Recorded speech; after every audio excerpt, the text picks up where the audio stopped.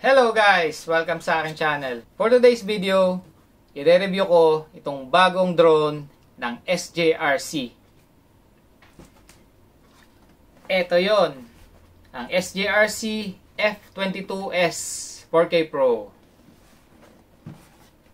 Ito yung pinaka-latest nila from F series.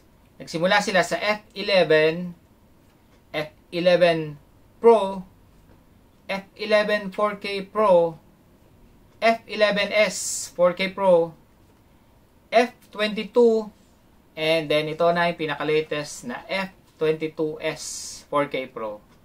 Kaya stay tuned lang kayo, i-unbox ko to, and ilalagay ko yung link dyan sa description box para malaman nyo kung ano pa ibang details and kung magkano siya. Samahan nyo ako! Tara! Alright, bago tayo mag-proceed, shoutout muna tayo sa ating mga viewers at subscribers. Shoutout sa iyo, Sir Ethan Ginto Ruiz. Kay Sir Russell Duran Cañeta. Kay Sir RJ Vlog. Kay Sir Hero Padugar from Lumban, Laguna. At kay Sir Ray Manipon. Maraming salamat po sa inyong panonood at suporta. Thank you. And sa lahat ng aking mga subscribers, dumadami na po tayo. Maraming salamat po sa inyong suporta. Okay guys, i-unbox na natin to. And alamin natin kung bakit mabigat siya. Mas mabigat siya kaysa kay F11 4K Pro. Okay, inspect muna natin yung box. F22S SJRC. Yan, Chinese ang nakasulat. Sa side, may QR code ng app. Kung ano yung app na gagamitin, SJF Pro. Pwede siya sa Apple and Android. 14 plus. At sa likod, ayan, more Chinese na sulat. Ito, SJRC, then 4K. 3840 by 2160p resolution, GPS, then Chinese ulat.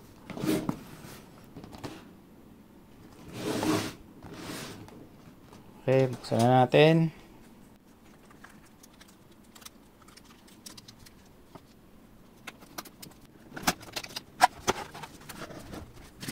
Okay, ito naka zip bag.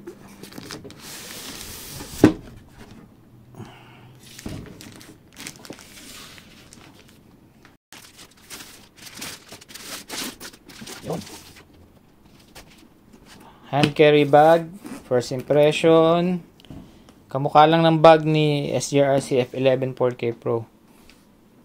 Ito may nakasulat na logo. SJRC Quadcopter Pro Plus EIS. Yan. Same lang size. Ayan, zip natin.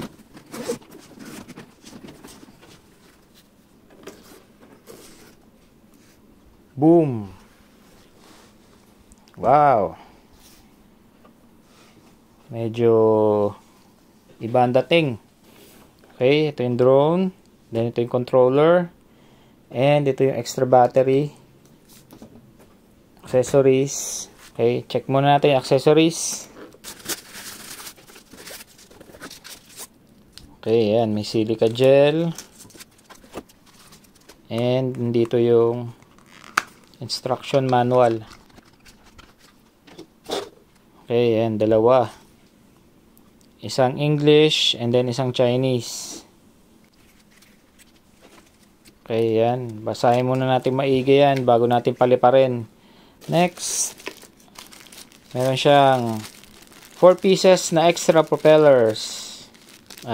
USB Type-C charging cable. Next, okay, yung connector na papunta sa phone, then dito sa controller. Okay, meron din siyang for Type-C, for Lightning, para sa iOS, at meron din para sa micro USB. Okay, isa pang charging cable ulit, extra. At Ito, meron siyang extra knob. Yan. Kapag nawala yung knob, may extra pa. Okay. Sa battery naman tayo. 2 batteries na itong kinuha ko para mas mahaba ang flight time. Okay, zoom natin. Ayan, naka-indicate yung model. Then, 11.1 volts, 3,500 mAh. Lithium-ion battery. Rated voltage, 5 volts. Sa charging niya.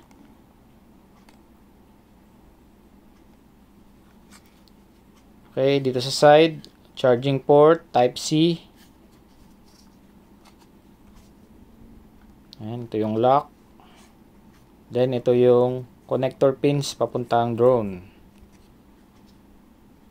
Okay, then ito yung power button. Ayan, long press para makita natin yung charge status. Ayun, 3 bars. Kapag umilaw yung 4 na LED, full charge. Power off, long press ulit. Then next, sa controller na tayo. Oh wow, medyo mabigat guys. Yan. Kaya pala mabigat siya sa box. Kaya maaari mabigat din itong drone na to. Okay, inspect natin. SJRC logo.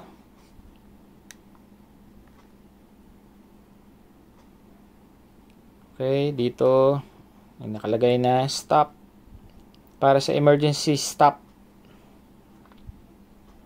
Then dito speed.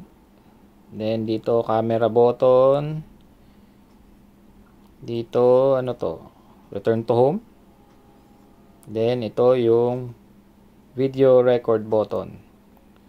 Then sa kabilang side, power on button. Then ito yung joystick. Yun no, sa ilalim guys, nandun yung knob. Okay. Tsaka dito yung charging port. Type-C na rin. Professional na dating. Ito, parang DJI na. Okay, kabit natin.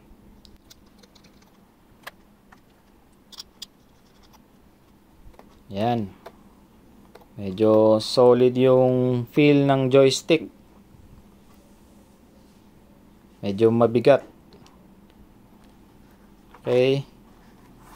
Next sa likod, wala na.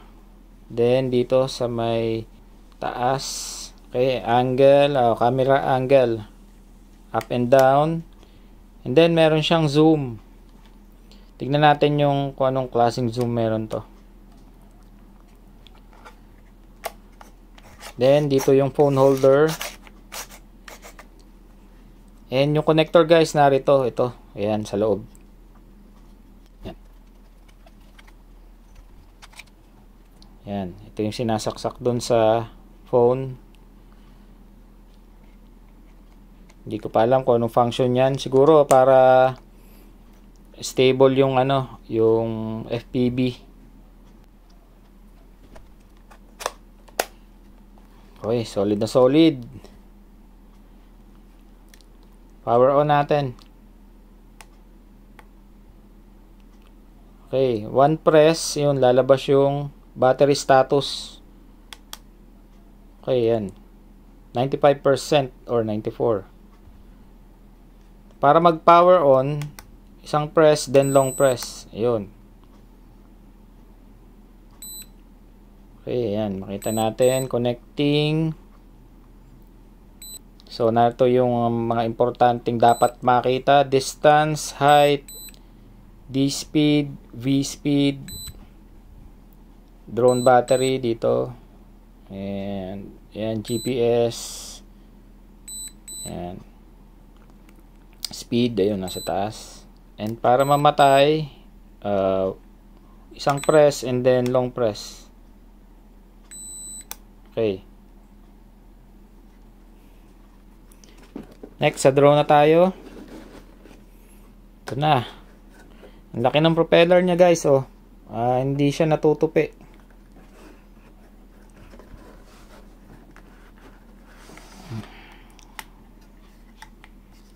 Okay, medyo mabigat din. Mamaya titimbangin ko to. Alamin natin yung total weight niya kasama yung battery. And meron siyang, ito may parang propeller lock. Ayan, para siguro hindi bumuka-buka or gumalaw yung propeller.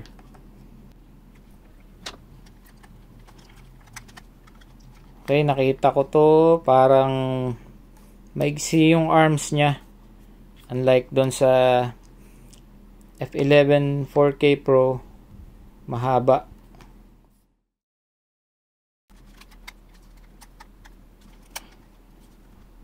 Yan. And ito yung isang extra battery. Tanggalin natin. Oops, may plastic dito. Okay, nilagay niya para huwag mag-contact yung battery dito. Para huwag malobat. Lagyan nila. Okay, ito siya. Iba na yung motors na ginamit. Parang mas makapal. Then, itong landing feet niya ay natutupi. Ito. Ayan. Kabilaan.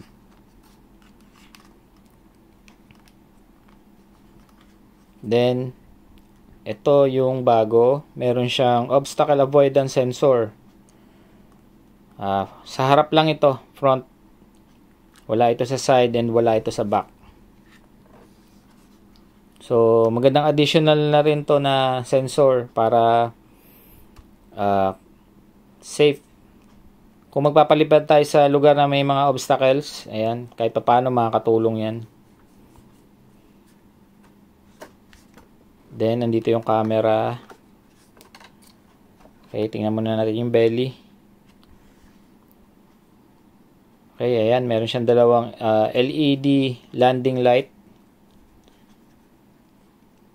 Para kahit sa gabi madilim, gagana pa rin yung optical flow kapag naka-on yung ilaw na yan. Then, nandito yung optical flow camera. Then, dito parang wala naman.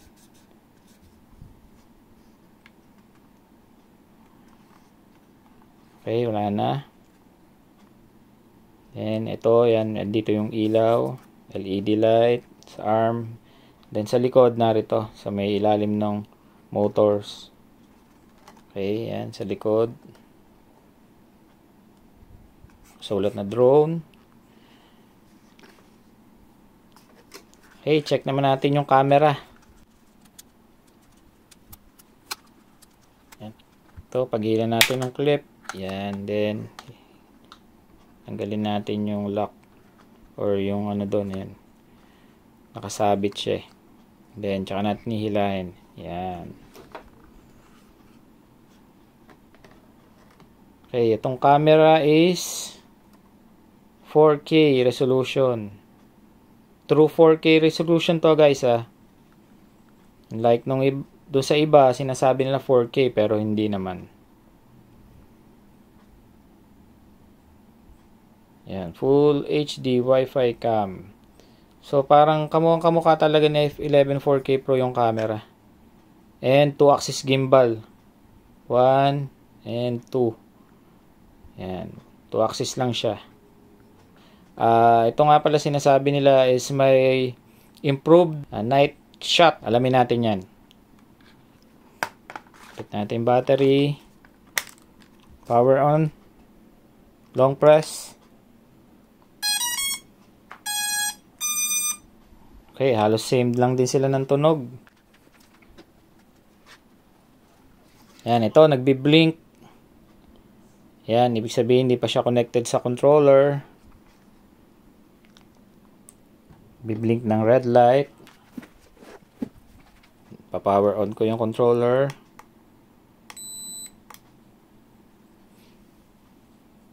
Yan, sabi sa manual, 45 seconds bago siya mag-bind sa drone, itong controller. Kaya hintayin natin siya. Ayan, beep beep.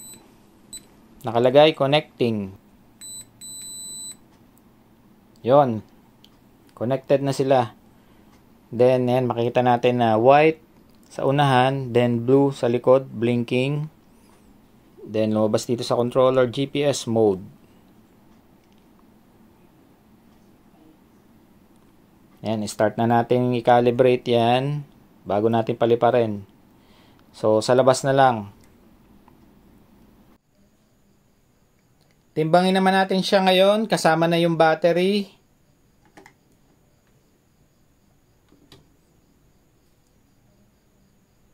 594 grams.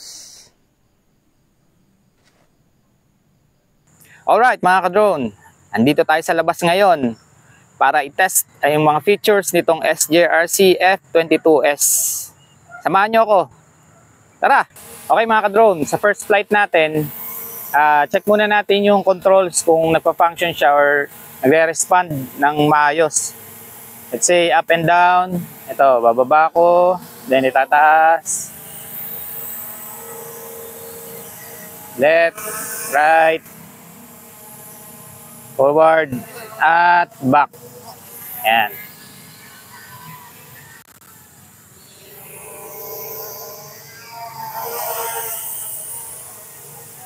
Kaya bago natin palayuin, ensure natin na nagpa-function siya para hindi tayo magka-problema. Alright, test muna natin yung max height. Patasin natin siya. Video record na tayo. Yung speed natin guys, nasa normal mode lang to.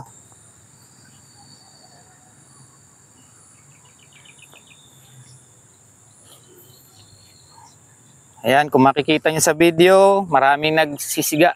Kaya medyo mausok. Akala natin fog, hindi yan fog guys. Usok yan ng siga. Okay, 90 meters. 99, 100.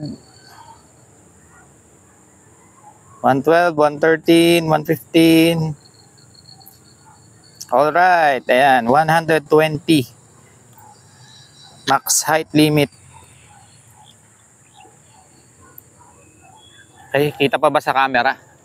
Ayun, medyo kita pa. Kunan mga boy. Medyo kita pa yun eh. Malaki kasi siya.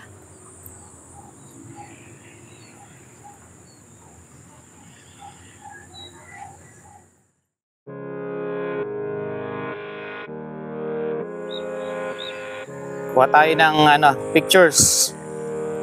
Stop ko muna ang video recording.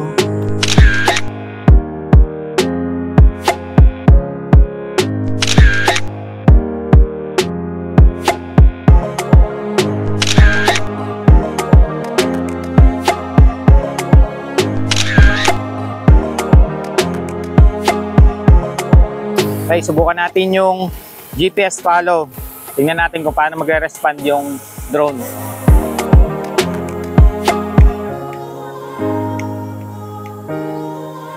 Okay, GPS follow.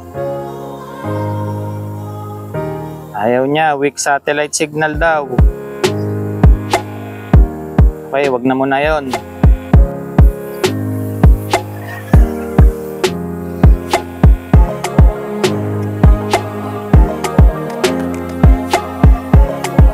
So, subukan naman natin itong image follow.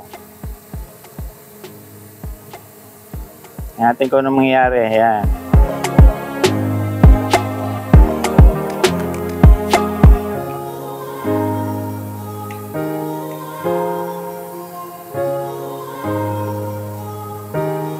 So, kailangan ko palang i-click yung aking sarili.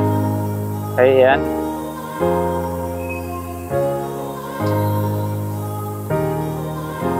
Ayan guys, ayan, pinapollow niya ako. Image follow to hindi to GPS follow. Bibitawan ko yung controller. Medyo mabagal lang siya. Hawakan mo.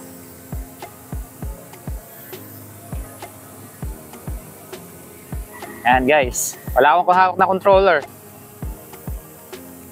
So ang image follow niya is 360 lang, paikot-ikot ka lang, pa-follow ka niya. Hindi siya nagpo-forward or nagbaback.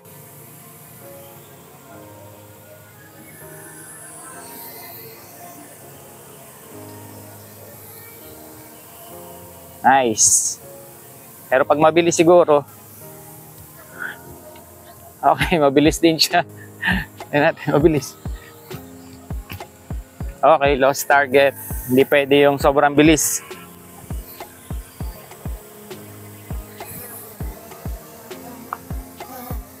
Okay, try naman natin yung Firefly. Ito yung bago nila. Walang ganito si F11 4K Pro. Yung Firefly, Skyfly, at saka yung Spiral. Okay, try natin. Firefly. Yan. Record siya. Mababa nung kalapate.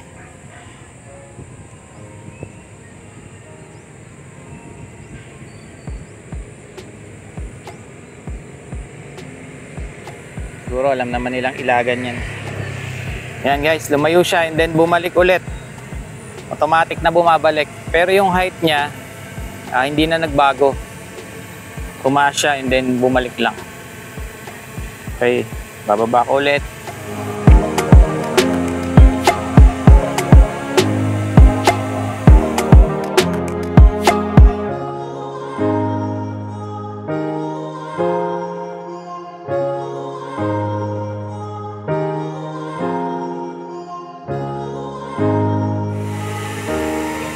Okay, next, Skyfly. Start.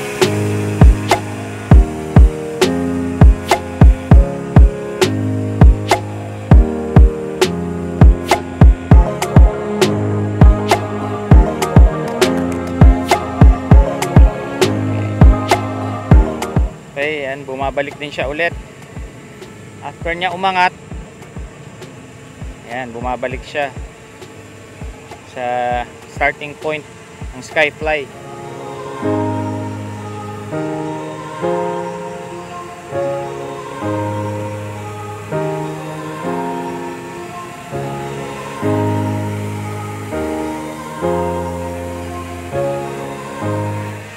Okay, tingnan naman natin yung Spiral Fly, pero dapat siguro to medyo mataas.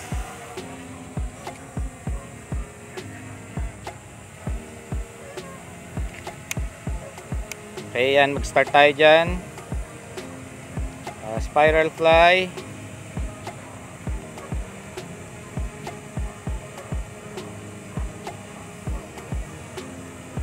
Start.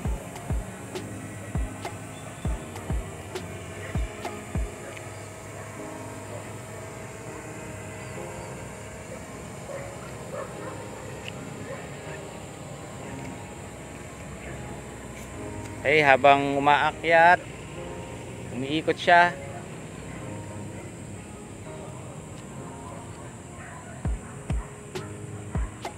And automatic recording din habang ginagawa niya yung flight mode na yon.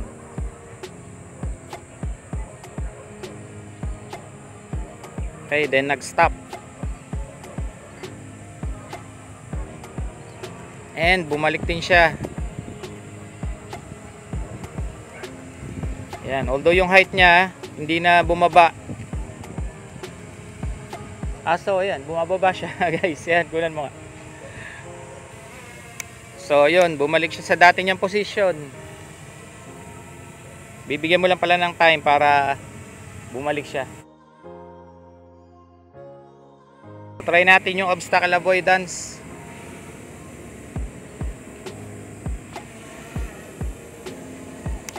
Sabi dito 20 meters ang layo ng kanyang sensor.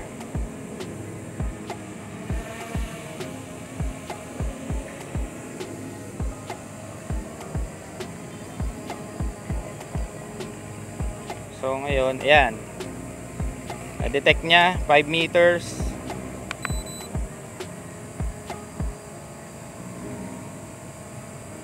Okay. Parang accurate naman yung layo. So lumalabas 6 meters. Ayan, po-forward ko siya. Kunan mo boy.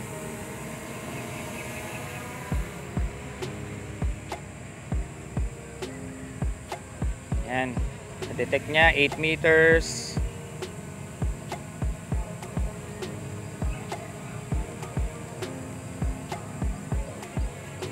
Ayan, makita nyo guys, kaya siya tinawag na gallop.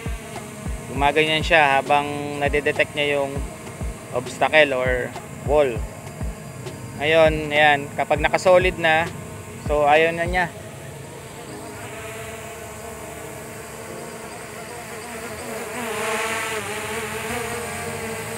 Ayan, 1 meter, 2 meters ang layo. Ayaw niya na mag-forward. So, functioning talaga yung obstacle avoidance nito guys. Right.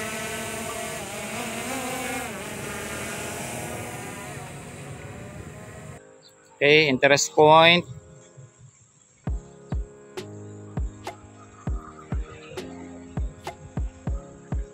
Okay. Saan ba tayo mag-interest point? Wala. Try na lang natin.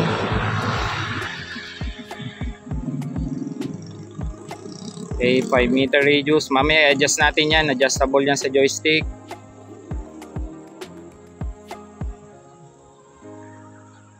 Okay, lalayo siya doon sa position. Then, yan, nag-circle na siya. Okay, hindi siya nag-automatic record. Manual record natin. Yan yung 5 meter radius. Subukan kong palayuin.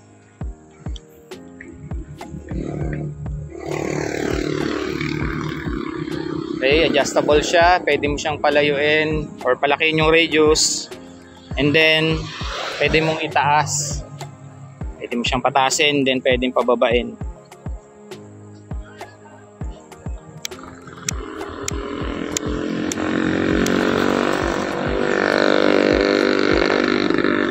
So yun, maximum niya is 30 meters ang radius ng point of interest.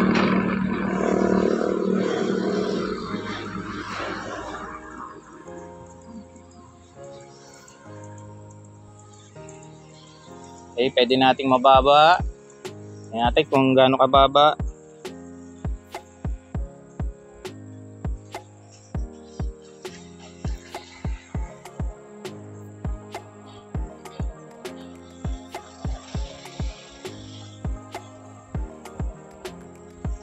Okay, kaya talaga niya na sobrang baba.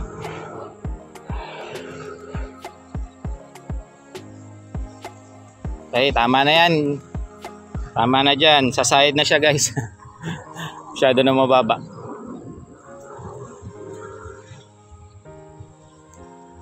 Alright, pwede na natin pataasin.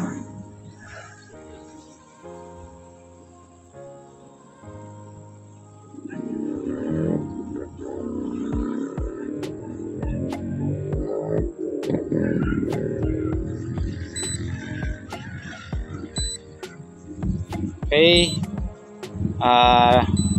Auto return to home na siya, 16%.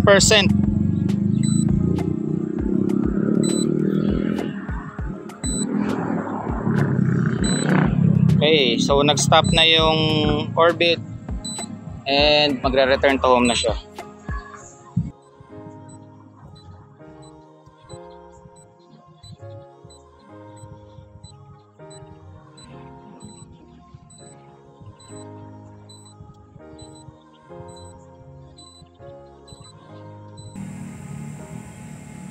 Then subukan natin yung panorama.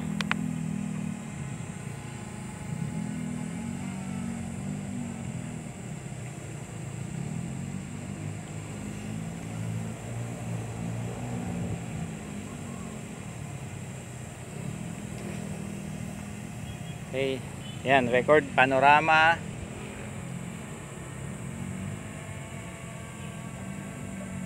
Okay, automatic na siya, nag-shot. Hintayin lang natin matapos.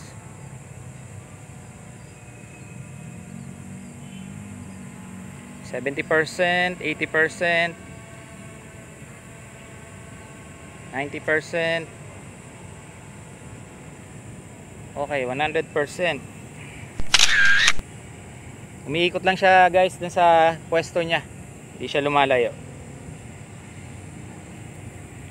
Okay, try natin ng konti yung time lapse. Okay, time lapse.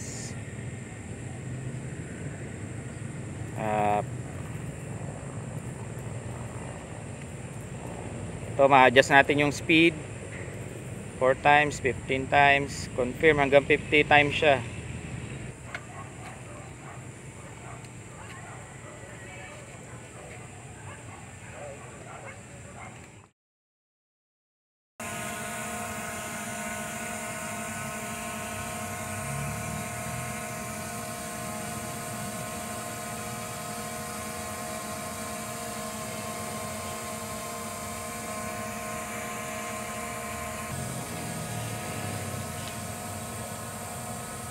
Save record. Delete.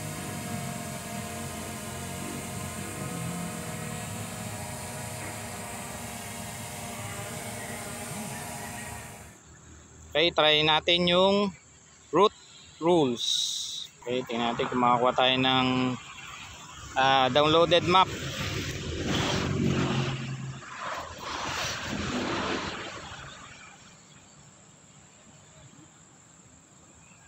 Okay, yan. Meron na. Kaya lang gumagalaw. Okay, try natin. Dito, 2 and 3, 4. Okay, go. Please confirm waypoint flight.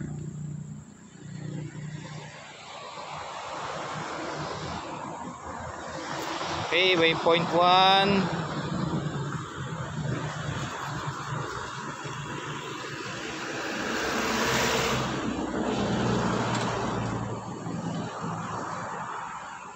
Waypoint 2. Hindi ko alam kung bakit gumagalaw yung map. Pero tama naman yung trajectory ng waypoints. Waypoints 3, waypoint 3.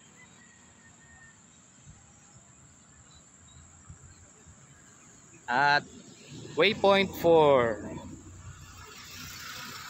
Kita nyo guys, gumagalaw yung map. Umuusog ng kanya. Hindi ko alam kung bakit. Okay, accurate yung waypoints. Nice.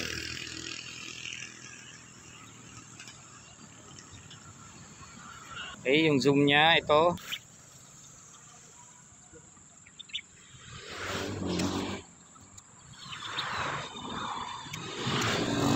Okay, yan, kita ko dyan. Zoom ko. 1 time. 2.5, 3, 4. Yan, 5 times zoom. Hindi ko alam kung gumagana to sa sa record ng drone or baka dito lang sa phone. And yung na-record sa phone na image or video, doon lang siya nagzo-zoom. Okay, pwede mo i-zoom dyan sa app. Pwede mo ring i-zoom dito sa dial, sa controller.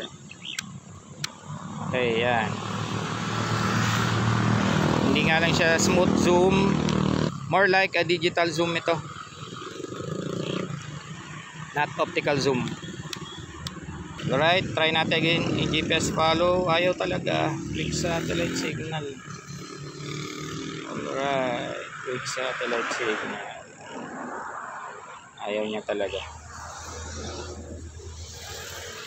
Okay, lens angle, pwede rin dito makontrol. Saan?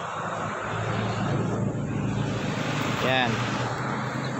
Meron din siya dito sa app. Okay, ayaw niya ma-slide. Or ayun, minus and plus.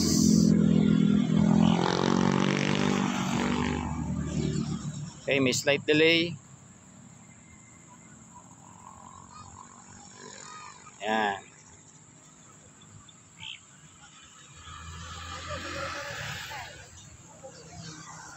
Okay, hindi na tayo pupunta dun sa iba, yung live.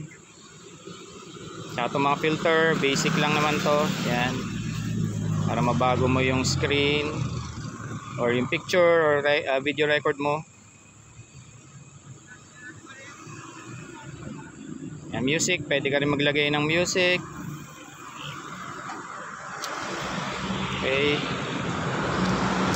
And VR, yan. Paggagamit ka ng VR goggles, para ka na rin naka FPV drone ito.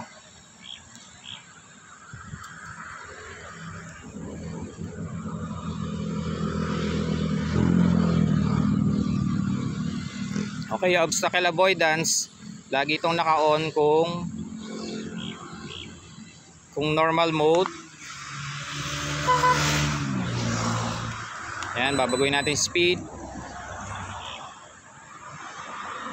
Ayan, obstacle avoidance mode has been turned off. Ayan, kapag ka naka sports mode. Ayan, then camera mode, naka-on na naman siya at normal mode.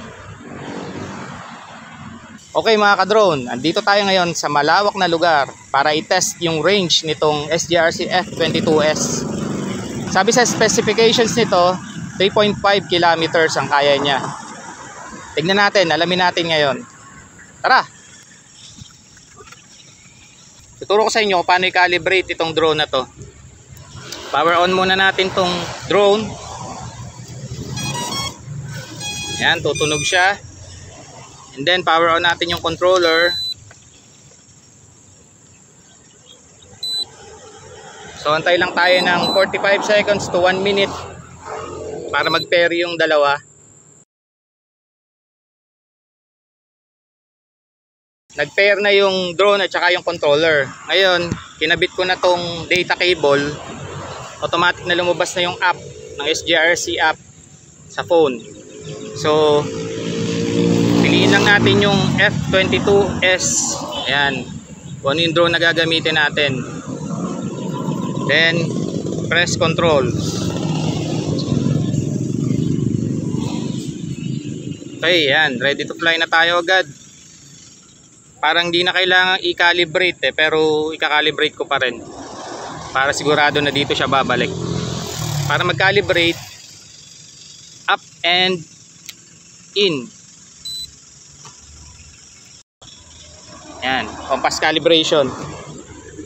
Ikot natin hanggang mag-beep. Nag-beep na, and then pababa. Okay, solid na. Solid na yung ilaw niya, ibig sabihin compass calibrated na. Okay, hintayin na lang natin na mag-calibrate yung camera at saka yung gyro. Okay, ready, set na. Pwede na tayo magpalipad.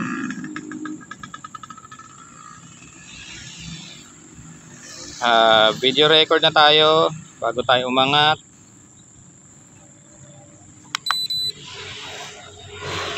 Okay, para mag-arm yung motors, down, both stick and in.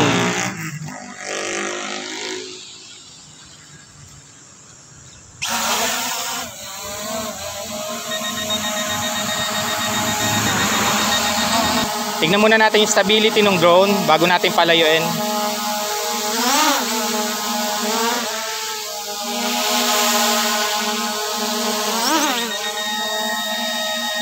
Okay, ang ganda ng GPS lock niya. So, tingnan natin, palayuin na natin. Sa tansya ko nasa 4 kilometers tong layo nito. So, tama-tama kung 3.5 kilometer to. Tingnan natin kung kaya niya mabot yung dulo.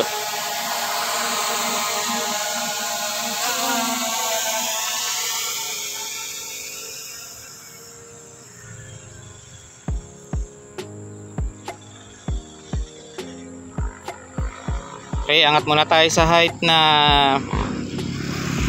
50.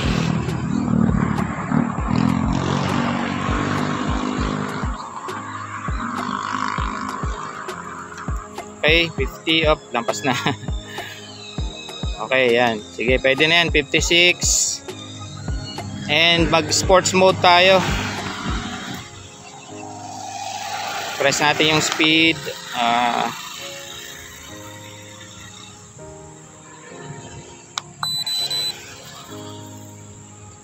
Okay, yan, sports mode. Kapag sports mode, ma-off yung obstacle avoidance niya. Since mataas naman tayo and range test lang tayo, okay lang na walang obstacle avoidance. Right, battery 100%. Let's go, forward. Sports mode ito guys, kaya mabilis to.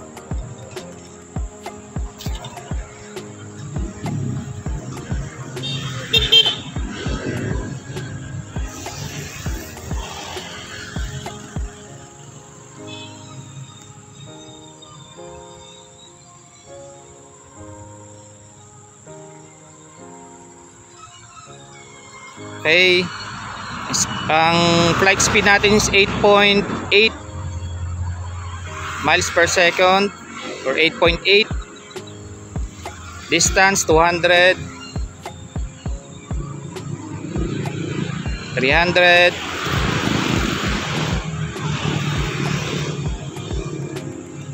380.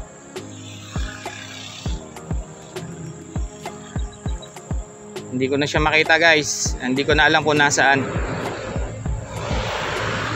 Mag-rely na lang tayo dito sa telemetry or sa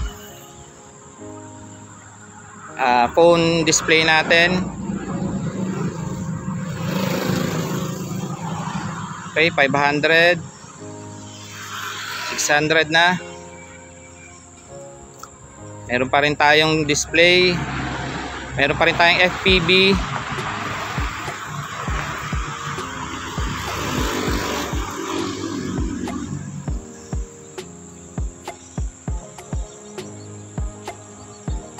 Okay, 800. Wala pa rin tayong lag sa FPV natin.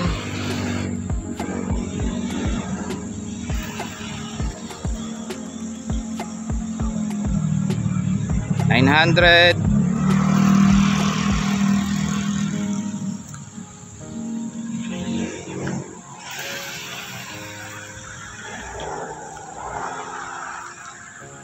One kilometer.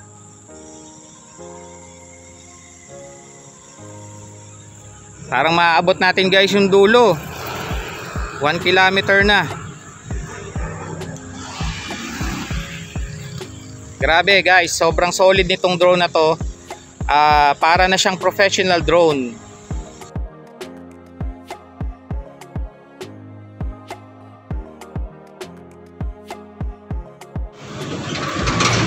Pero sa presyong entry level drone.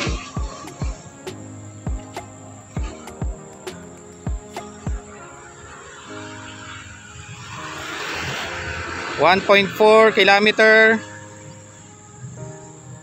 or 1,400 meters. Guys, maabot natin yung dulo na to. So hindi ko alam kung accurate yung distance nito dahil kung titignan natin, mga tansya ko nga 4 kilometers tong haba na to, stretch na to. Pero ngayon 1.6. Okay, wala pa ring brake sa ating FPV, dire-diretso pa rin. Lupit ito guys.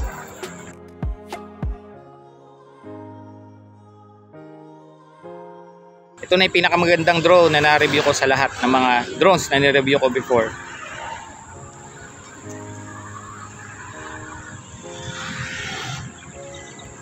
Okay, 1,900.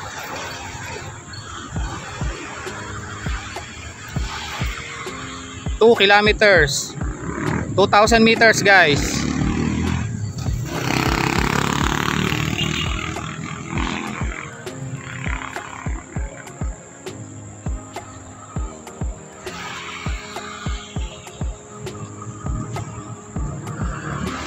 Grabe, layo.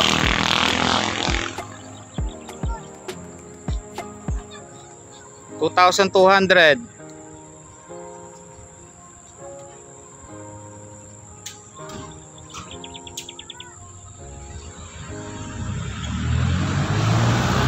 Wala pa rin brake sa signal. Okay, medyo naglalag na. Yan, 2.4. Naglalag na yung FPV.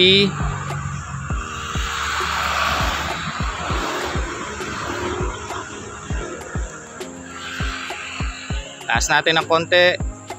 2.5. Okay, nag-stop na yung ating FPV.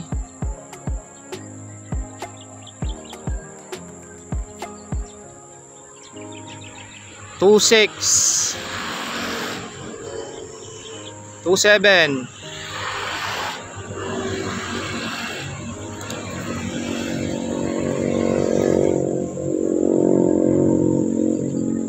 2.8.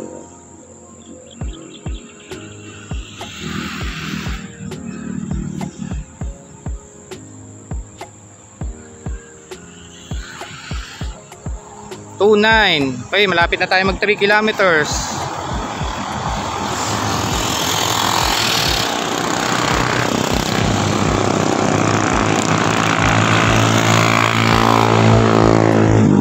Napakalayo na guys.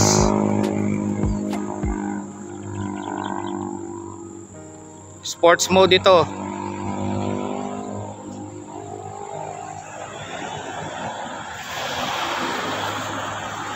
.1. Okay, ayan, nag-stop na FPV. 3.2.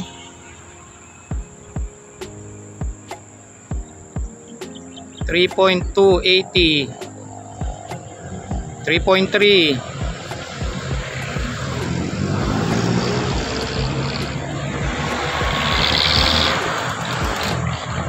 3.4. Sulpot-sulpot yung FPV. Okay, mukhang nag-stop na. 3.492.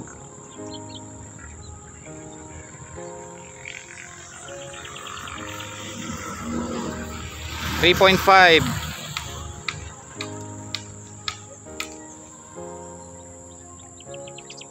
Okay, nag-stop na. 3.519 meters. 3,519 meters.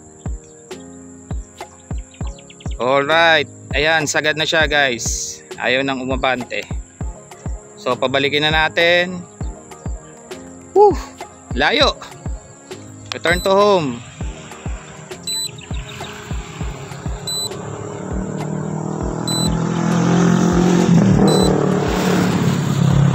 Okay, yan, pabalik na siya.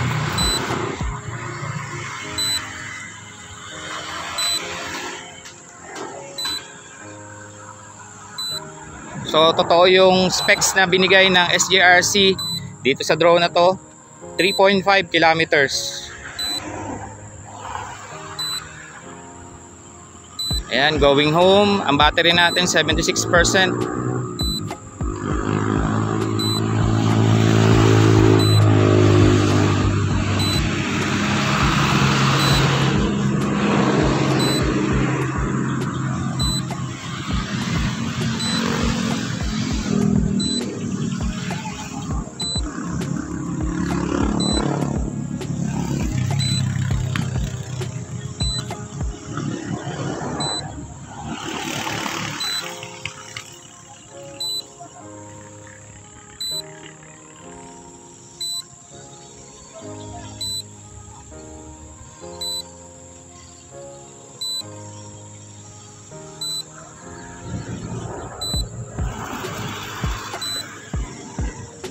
Ayan, bumalik na yung FPV, dire-diretso na.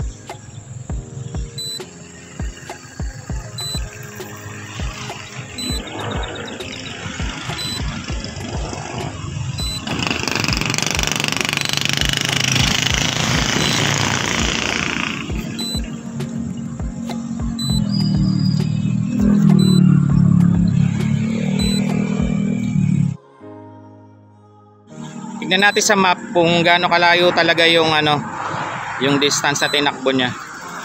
Kung accurate ba yung 3.5 kilometers.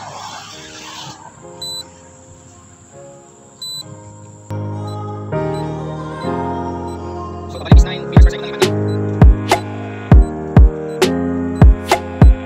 3%. 7 kilometers guys.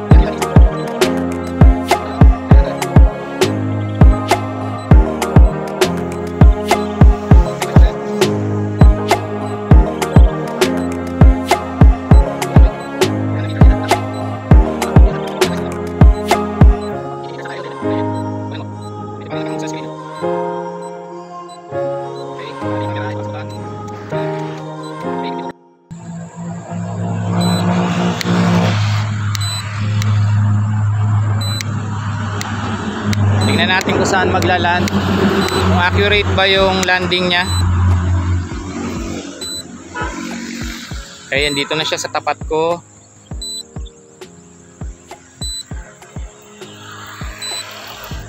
Yan, humarap siya doon sa orientation kung paano siya nag-take off kanina. Yun, umaraw guys. Kaya lang medyo maambon. Pero okay lang, di naman malakas.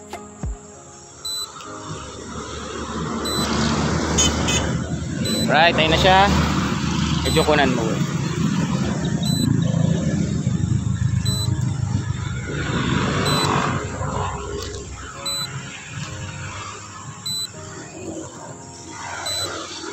Okay, medyo malayo off dun sa medyo malayo yung bababaan niya sa landing pad. Okay, siguro mga 5 meters.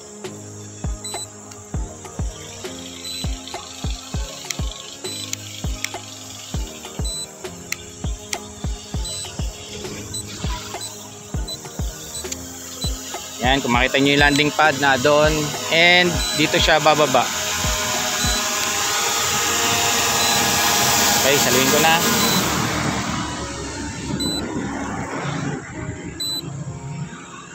Alright, nakabalik safely. 45% ang battery. From 100%, 45% ang natira, pero hindi siya fully charged. Alright mga ka-drone, I hope nagustuhan nyo itong review ko nitong SGRC F22S 4K Pro. And please do like, subscribe, and hit the notification bell sa all para ma-update kayo sa mga sunod kong drone reviews. And don't forget to follow me sa aking Facebook page, Tech DIY. Salamat sa panonood, and until next video, salamat sa inyo. Thank you. Bye-bye!